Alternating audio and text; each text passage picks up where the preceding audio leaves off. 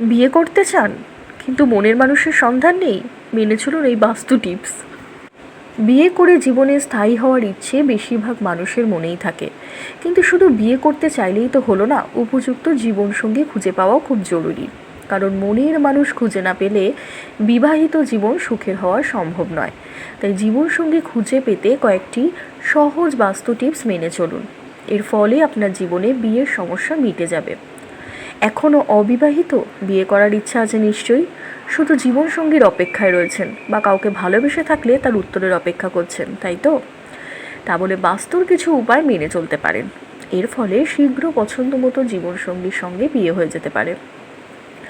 বাস্তু ও জ্যোতিষশাস্ত্র অনুযায়ী বিবাহে ইচ্ছুক জাতক জাতিকাদের কালো রঙের পোশাক কম পরা উচিত। কালো রঙটি শনি, রাহু ও কেতুর প্রতিনিধিত্ব করে, যা বিবাহে বাধা সৃষ্টি করে থাকে। অবিবাহিত জাতক জাতিকা যারা বাড়ি থেকে দূরে কোথাও গিয়ে পড়াশোনা করেন বা চাকরি করেন, তারা সাধারণত পিজিতে থাকেন। এমনভাবে থাকলে বিবাহে বাধা দূর করার জন্য বা পছন্দ মতো জীবনসঙ্গী পাওয়ার জন্য দরজার কাছে বিছানা রাখুন। আবার বিয়ের কথা বলতে কোনো পরিবার এলে তাদের বসার ব্যবস্থা এমনভাবে করবেন যাতে তাদের মুখ বাড়ির ভিতরের দিকে থাকে। এদের মুখ বাইরের দিকে হলে বিয়ে পাকা হওয়ার সম্ভাবনা অনেকটাই কমে যায়। যে কোনো জাতক জাতিকার বিয়েতে বাধা এলে এ বিষয়ে চিন্তা ভাবনা করা উচিত তাদের। প্রেমিক প্রেমিকাদের গোলাপ ফুলের আদান প্রদান করা উচিত, তবে গোলাপ ফুল দেওয়ার সময় তা থেকে কাঁটা বের করে নেবেন। এর ফলে ভালোবাসা সফল হতে পারে। আবার দাম্পত্য জীবনে পারস্পরিক মতভেদ বৃদ্ধি পেলেও ফুল দিয়ে নিজের সম্পর্কে ভালোবাসা ফিরিয়ে আনতে পারেন।